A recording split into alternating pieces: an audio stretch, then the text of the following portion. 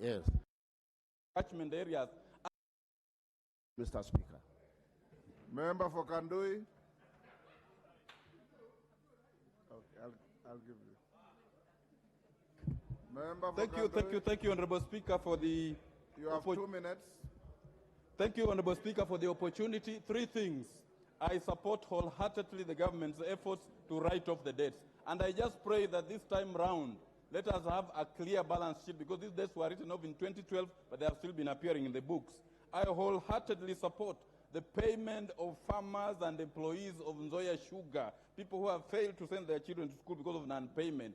We cannot have a sector that is not controlled, Honorable Speaker. I therefore support the establishment of the 5 catchment areas and for the development of regulations to guide the conduct of the sugar sector. We are having chaos in the sugar sector because of poaching, absence of regulations.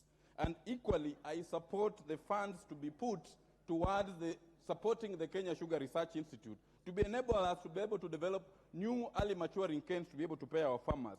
But in respect to leasing, Honorable Speaker, I want to be very, very clear that this leasing must be done above board. I have looked at the recommendation. I'm saying the leasing is going to be done for 30 years. 30 years is too long a period of time. 2, I have looked at the recommendation, the nucleus and the land that it's being recommended that the lands go back to their original owners. I don't think we need to return back to the original one because people were displaced. These lands were taken over by government. So we need to develop a system where farmers consistently begin taking over this particular industry so that they can be able to run it.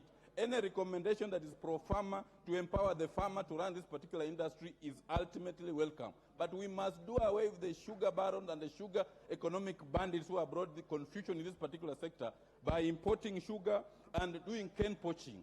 As Honorable Naika says, mambo ni matatu. We must bring this sector to its senses. Thank you, Honorable Speaker. Bukose.